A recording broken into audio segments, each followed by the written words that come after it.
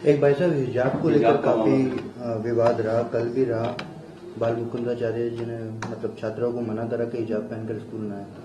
देखिए, कुछ लोग ऐसे सदन में भी आ गए, बाहर भी हैं, जो समय समय पे केवल धार्मिक उन्माद फैलाने की बातें करते हैं, संविधान को नहीं मानते हैं, अपने स्वयं का बनाया हुआ संविधान चलाने की चेष्टा करते हैं। ऐसे लोग, मैं तो ये कहता हूं कि ये समाज के हितैषी नहीं हो सकते, देश के प्रदेश के हितैषी नहीं हो सकते।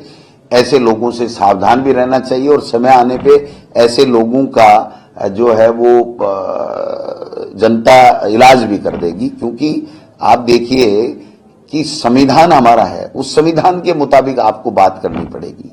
सरकार को मैंडेट मिला है, भारतीय जनता पार्टी को, वो क्या फैसला लेती है, अगर वो सही फैसले देगी तो हम उनको धन्यवाद देंगे, उनकी पीठ थपथपाएंगे। अगर वो गलत फैसले लेगी तो हम लोग विरोध करेंगे। लेकिन इस तरीके से आप देखा राजस्थान की विधानसभा में क्या ड्रामा कर रखा है इन लोगों ने। आप बताइए, अब 5 साल आपकी सरकार बन गई, आपका क्या विजन है, इस पे बात नहीं कर रहे हैं। आप क्या अच्छा करोगे, कौन सी योजना लाओगे, कौन सी योजना पहले वाली अच्छी है उसको चलाओगे कि नहीं चलाओगे, उस पे बात नहीं कर रहे हैं। प्रभु श्री राम आ गए, 500 साल से प्रभु श्री राम आ गए। प्रभु श्री राम गए कहां थे?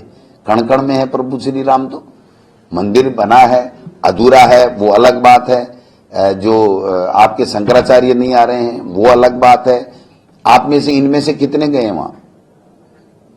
केवल बातें करने के लिए, धार्मिक उन्माद फैलाने के लिए, ये बातें कोई देश और प्रदेश के हित में नहीं है, किसी के हित में नहीं है। आप राजस्थान की विधानसभा का जो गरिमा गिराने का काम कर रहे हैं, मैंने तो स्पीकर साहब से निवेदन भी किया है और आज पुनः आपके माध्यम से निवेदन करूंगा कि ऐसे लोगों को आप लोग पहले प्रशिक्षण दीजिए, नियम परंपराएं सिखाइए, क्या बात बोलनी चाहिए, क्या नहीं बोलनी चाहिए। क्योंकि राजस्थान की विधानसभा में बोली हुई हर बात का अपना महत्व है, वो इतिहास के पन्नों में दर्ज होती है। तो ऐसे लोगों की ऐसी बातें इतिहास के पन्नों में दर्ज हो जाएंगी तो आने वाली पीढ़ी हमको माफ नहीं करेगी।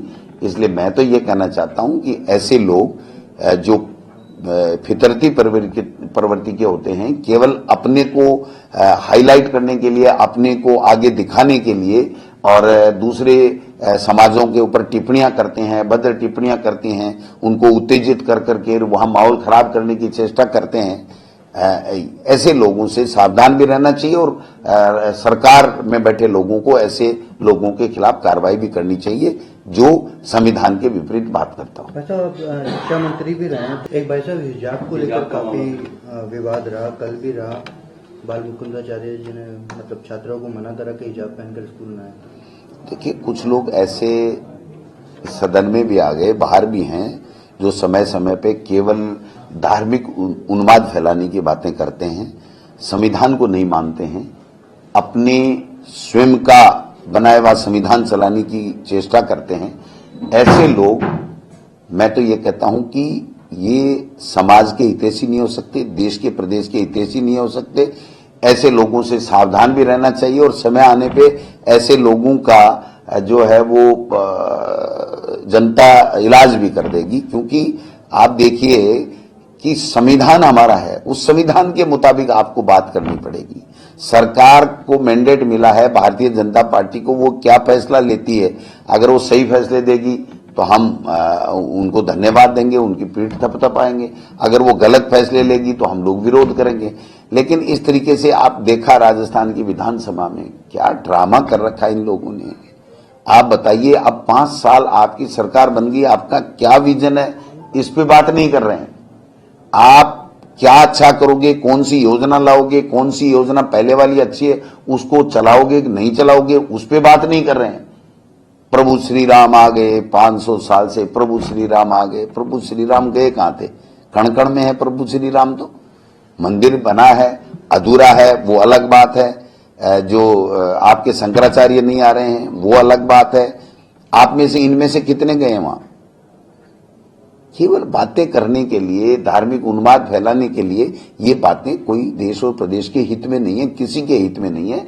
आप राजस्थान की विधानसभा का जो गरिमा गिराने का काम कर रहे हैं, मैंने तो स्पीकर साहब से निवेदन भी किया है और आज पुनः आपके माध्यम से निवेदन करूंगा कि ऐसे लोगों को आप लोग पहले प्रशिक्षण दीजिए, नियम परंपराएं सिखाइए, क्या बात बोलनी चाहिए, क्या नहीं बोलनी चाहिए, क्योंकि राजस्थान की विधानसभा में बोली हुई हर बात का अपना महत्व है, वो इतिहास के पन्नों में दर्ज होती है। तो ऐसे लोगों की ऐसी बातें इतिहास के पन्नों में दर्ज हो जाएंगी तो आने वाली पीढ़ी हमको माफ नहीं करेगी।